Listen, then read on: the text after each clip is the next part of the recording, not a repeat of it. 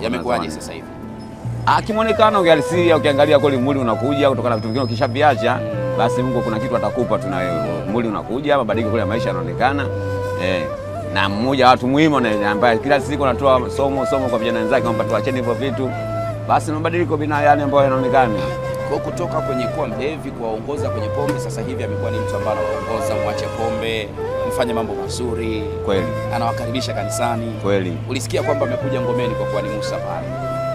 Ni swala ambalo kila siku anaongea. Kila siku anaongea. Ni swala ambalo kila siku anaongea, na mimi Rafaeli bila kulala bila kuhudhuria pale Ngomeni, hajai kuniambia hivyo. Na kila ninapokuwa naye hata ifika saa 5 usiku atakwambia bwana naenda kwenye ibada Ngomeni. Hata iwe saa 4 atakwambia bwana naelekea kwenye ibada Ngomeni. Kwa naamini kabisa haba kama anakosa kwa wiki basi itakuwa ni siku moja tu. Ila ndani ya siku zote mimi naamini kabisa ukiwa unapigana story ni za Ngomeni. Hatari sana. Na wewe haushawishiki siku moja kwamba useme labda wewe siku moja uende pale? Ndio kinachofuata kutokana na juhudi zake anatupa vijana zake hapa. Basi na mimi mmoja tutakuja tu. Kwa sasa hivi nasikia na jina limebadilika hapa, mnamuita mtumishi. Mtoto wa kuhani.